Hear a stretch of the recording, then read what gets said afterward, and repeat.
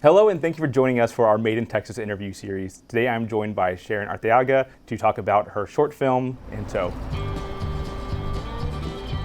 The short is called In Tow, and it's about a mother and daughter who wake up one morning and find that their 70-foot-long mobile home is being towed away with them inside of it. And it's her senior homecoming day, which if you're from Texas, you know that it's a very important day in a high school person's life.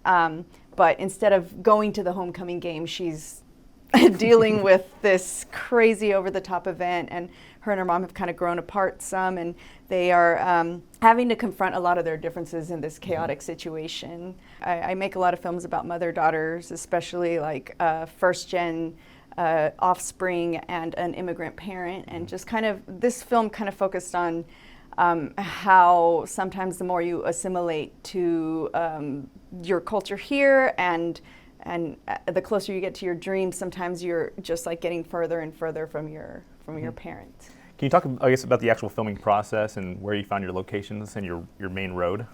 Yeah, so step one, we contacted the Texas Film Commission. Lindsay Ashley was deputy director at the moment, and she wrote us a letter of support, which helped us approach different places, but also the Film Commission put together a packet for us of a lot of locations that we visited. We learned so much with every scout that we did. With the actual location that we ended up filming in, we contacted the Austin Film Commission, and they knew of a location that Fear the Walking Dead had used. And it had everything we needed, from a semi-truck, a Latino family that was willing to like haul this mobile home for us. And they had several mobile homes on the lot. We had to use two mobile homes. One was a stunt mobile home, and the other one was our set.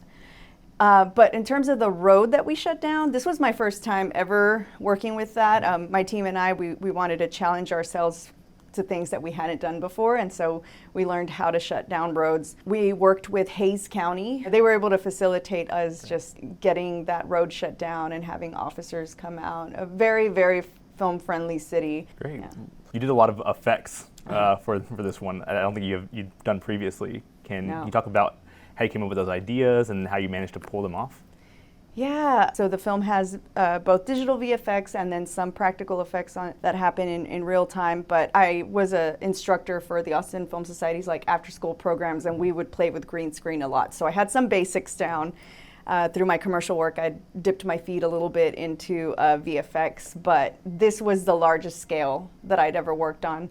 I'm a member of the Women in Film chapter of Austin, and there's a VFX supervisor who I met through that. Her name's Lori Powers-Going, and I mean, she just really helped guide the entire process. Before we locked somebody in, we were calling people that we would find on your directory or just people that we knew that worked in the VFX world. So all the consultations, getting Lori on board, and just really prepping as much as we could ahead of time was very helpful. I mean, we went into it thinking so many things were just going to be so difficult, and then it turned out they were a lot easier to achieve than we thought. And so that was a good thing, though. That's awesome. Can you tell us anything about what you have upcoming for yourself?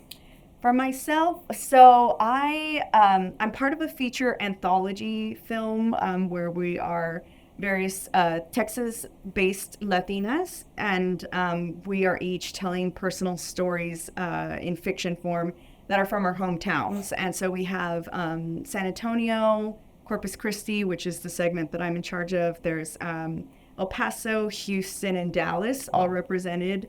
And that's a project that I'm very excited about. We have an amazing producer on board, and that is one that's like a team project. I'm also trying to move into feature-length work with my first Austin-inspired story that's about my grandma's last adventure when she came to visit me in Austin once. And so where can people find you if they want to learn more about your upcoming projects? In Tow specifically has, we're on Instagram and Facebook as In Tow Short Film, TOW. And then I also have a website, SharonArteaga.com, so that's ARTE sharonaird.com, and I have a monthly newsletter that I put out in case somebody's not in social media. They're able to just kind of stay in the loop of my work. Great.